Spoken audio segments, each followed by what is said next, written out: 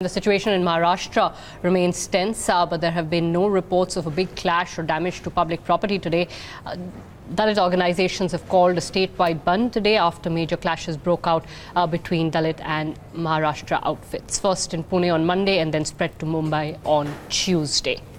The police and railways have been putting out regular updates on Twitter, and while there have been sporadic instances of suburban train services being halted, major road arteries are being blocked. The situation has been by and large under control so far. But the bigger question is, why is Mumbai being held hostage? Joining us on the phone line to give us a sense of what's going on, Kumar Ketkar, senior journalist who's been tracking Maharashtra politics for a very long time. Mr. Ketkar, thank you so much indeed for joining us. Well, the Dalit organization who've called for a statewide Bandh today, they've been, as I mentioned, sporadic cases of stone pelting and in different neighborhoods. Can you give us a sense of what the genesis of this problem is and why has this spiraled out of control? Well, the genesis of the problem we will have to locate. For last 2 years, the Maratha community, like Patels in Gujarat and Jats in Rajasthan, have been seeking reservation. Maratha community has been seeking reservation. They are not included in the OBC list. The only people who get reservation are Dalits and section of the OBCs. Now, Dalits and OBCs, one may feel, how is that connected with this riot? But there is, just wait for a while and you will get the connection. So these people were angry and they took out something like 52 marches, each march of not less than 3 lakh Marathas participating to demand reservation.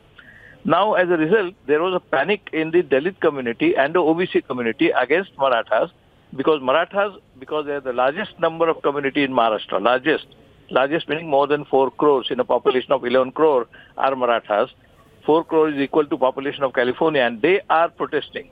So Dalits and OBCs were angry, and the anger was brewing among Dalits and OBCs against Marathas. Now, Marathas have been ruling the state for almost all the years ever since Maharashtra was formed.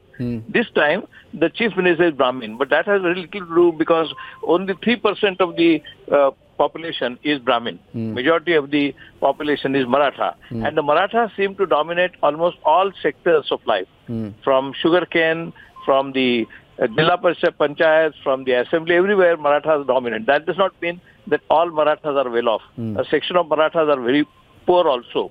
The problem in this particular case of Bhima Koregaon is when 200 years ago a war was fought, because of the untouchability and the discrimination, the people who were Dalits, who were untouchables, who actually welcomed the section of British because they thought that the law and order will come and their discrimination will end. So they actually supported the British, participated with British against the rule of the Peshwas. Actually, it was not a rule of Peshwas. It was rule of the Chhatrapati, but Peshwas were running the show. So they protested against that and joined the British army and defeated the Peshwas. Peshwas meaning Brahmins. Right. Now, because the Dalits participated with British to defeat the Brahmins, the conflict emerged between the Brahmin organizations and Dalit organizations, and this was further accentuated by the person called Sambhaji Bide, who is a Brahmin himself, but runs an organization essentially of the Marathas. This is very complicated. Most of the readers or listeners or viewers won't easily understand this complexity, but even then, it is necessary to understand it is essentially a caste conflict, a triangle of Dalits, Marathas and Brahmins.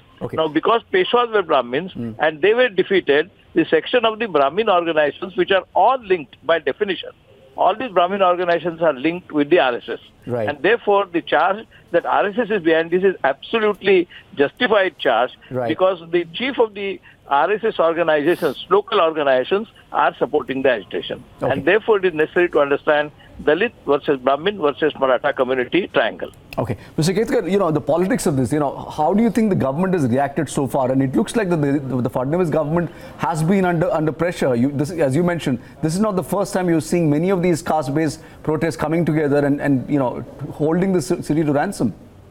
Yeah, absolutely. And the reason they chose Bombay or the reason they chose Mumbai for the, kind of protest is justified because they know, like everybody knows nowadays, that unless you protest in Mumbai, the national media will not take note of it. If the same agitation was to take place somewhere in Ahmednagar or Chandrapur, this would not have happened. It would not have become a national issue. It would not have figured in Lok Sabha. So they know it. So to make the issue actually well known and to make the grievance, if at all, well known, they chose Mumbai. And that's why, and Mumbai also has a history. Ramabai Nagar, where a police was accused of hitting and shooting the Dalit community, was actually a big issue in Maharashtra because the police was Maratha and the community was Dalit, which was attacked and shot at. So therefore, it has been going on and on. It is not something new.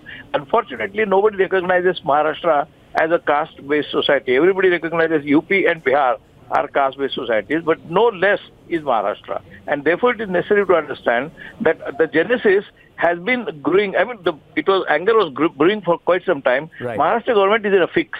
Maharashtra government, which is directly linked with RSS. Devendra Fadnavis himself comes from Nagpur, very close to RSS headquarters, and he is directly RSS man. Now, all the people who are behind the other organizations which attack Dalit, if they are RSS men, he is in a fix. He cannot defend them and he cannot offend them. That's why there is a big problem. So he is merely saying that inquiries have been ordered, but so far he has not arrested any of them, because to arrest, and more important is, Narendra Modi himself is a big admirer of the chief of this organization named Mr. Sambhaji Bhide.